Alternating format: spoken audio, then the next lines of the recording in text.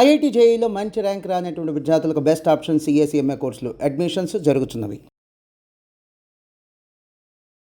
చాలా మంది కుంకుమ పెట్టుకుంటేనే ర్యాష్ వస్తుంది. అవును, even if it is the purest kumkuma. Example is my own mom. తనకి కుంకుమ పెట్టుకుంటే మొత్తం పీల్ అయిపోయేది skin.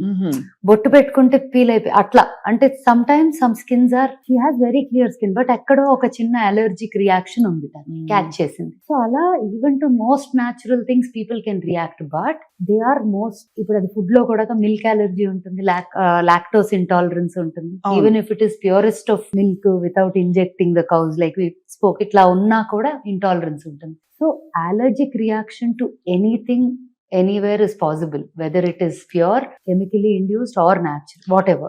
Right. However, manani manam చూసుకోగలిగే ఒక best process or of taking care ఏంటి అంటే, చేతనైనంత వరకు క్లీన్ గా ఉన్న పదార్థాలు, అంటే రా మెటీరియల్స్, ఇంగ్రీడియంట్స్ అండ్ దానితో చేసిన ప్రోడక్ట్స్ ఆర్ ఫుడ్, లోపలికి వెళ్ళేది కానీ ఒంటి మీద పెట్టేది కానీ. ఇక్కడ క్లీన్ అంటే మీరు అనేది ప్రకృతి సహజ సిద్ధమైనవి, డైరెక్ట్ గా మనకి నేచర్ నుంచి వచ్చేవి అది వాడితేనే బెటర్. ఇప్పుడు మీరు ఓల్డ్ స్కూల్ పెట్టడానికి ఏదో ఒక ప్రాబ్లమ్ స్టేట్మెంట్ చూసుంటారు కదా. ఇప్పుడు నేను చదవడం ఏంటంటే, మనకి చాలా కెమికల్స్, టాక్సిన్స్, మనం వాడే shampoos, hair oils, shampoo highest because direct తల స్కాల్ప్ కదా.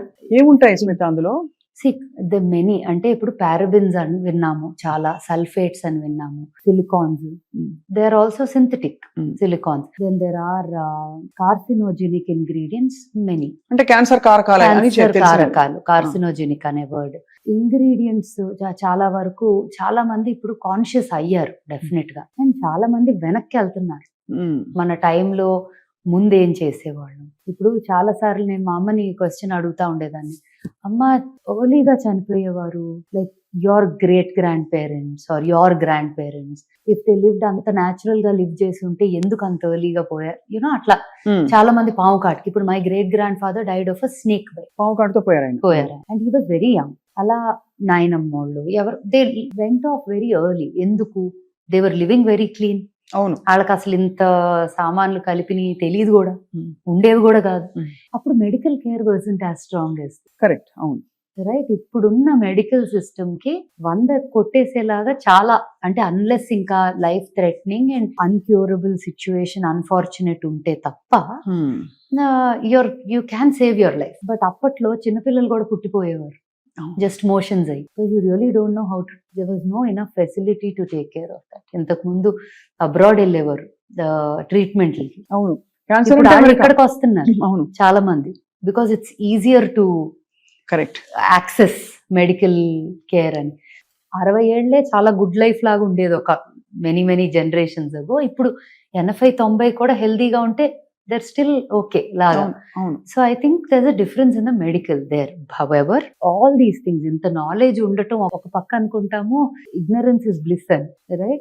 ఎందుకంటే మనకు మైండ్ లో తిరుగుతుందంటే అది ఏదో ఒక రకంగా బాడీలోకి మేనిఫెస్ట్ అవుతుంది. అవును అవును. సో నేను రెండు మాట్లాడుతున్నాను, వేర్ ఐఎమ్ సేయింగ్ యునో, తెలిసినంత వరకు ప్యూర్ గా క్లీన్ గా ఉండటం ప్రయత్నించటం. అవును, తెలియదు అనుకోండి, ఇగ్నరెన్స్ ఇస్ బ్లిస్ అనుకొని బతికేయటం. బట్ నాకేంటంటే where it started from, like problem statement ఏంటి అని అడిగారు కదా, నాకు బబుల్స్ పెట్టినప్పుడు, మీకు బబుల్స్ తెలుసు, chain of salons and hair and beauty salons and spas. Bubbles పెట్టినప్పుడు నేను ప్రోడక్ట్, ఇంగ్రీడియంట్ ఇవన్నిటి మీద నాకేంటంటే క్యూరియాసిటీ. ఏదైనా ప్రోడక్ట్ వచ్చింది అంటే అది ఏంటి, ఇది బాగుందా, ఇది వాసన ఎలా ఉంది, టెక్స్చర్ ఎలా, ఊరికే అలా అని నేను 100 వాడతానా అంటే ఏది వాడను, కానీ ఆ curiosity, I think I was made like that, especially in that area. తెలుసుకోవడానికి ఇంట్రెస్ట్ ఉండేది బాగా.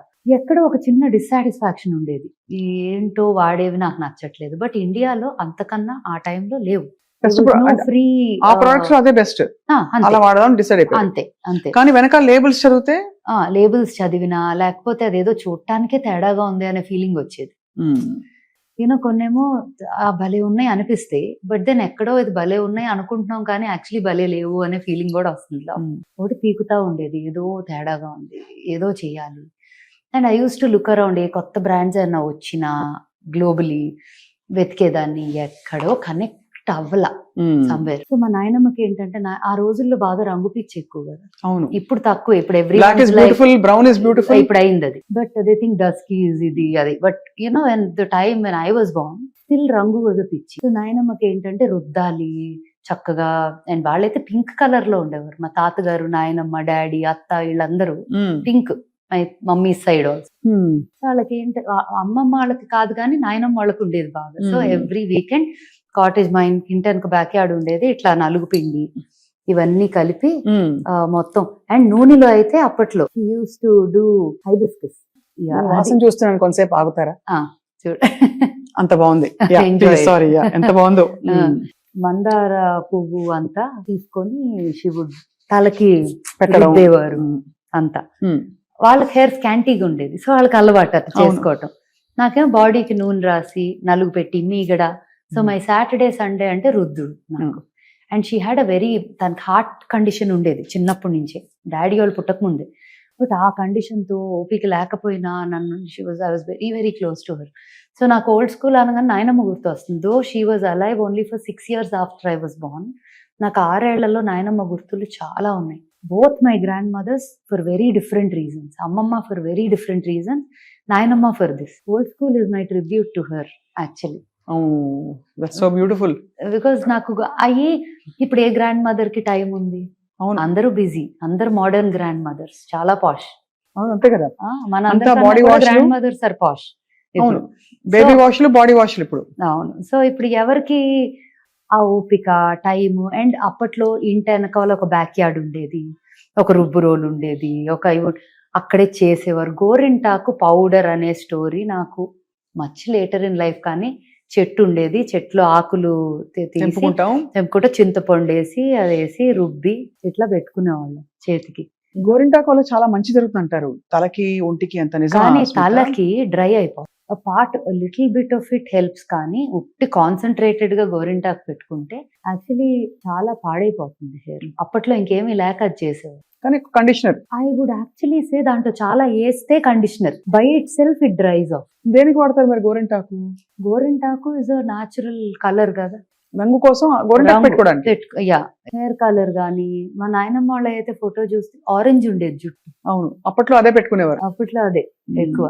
కానీ దాంతో పాటు మందారం రాసేవారు, నూనె రాసేవారు to condition it. Point of old school is old science లో డిస్కవర్ అయిన, మన యాన్సిస్టర్స్ ద్వారా వచ్చిన ఇంగ్రీడియంట్స్, వాటి నుంచి వచ్చే బెనిఫిట్స్ అన్ని తీసుకొని ఇంత మోడర్నైజేషన్ అయింది సైన్స్. ఇప్పుడు మెడికల్ ఎలా అయితే మాట్లాడామో అలా science in different areas, technology science in different areas కూడా చాలా పెరిగింది. ఆ ఇంగ్రీడియంట్ ఈ సైన్స్ కలిపి marrying the 2 worlds, 2 timelines and bridging the gap between generations. అంటే 2 తరాలకి మధ్య ఒక చిన్న బ్రిడ్జ్ లాగా వేసి ద బ్యూటీ ఆఫ్ దిస్, దీనిలో ఉన్న అందమైన విషయాలు అన్ని తీసుకొని దీనిలో ఉన్న సైన్స్ నుంచి ఉన్న చదువు అంతా బట్టి స్టడీ చేసి అది ఇది కలిపి తయారు చేసిందే ఓల్డ్ స్కూల్.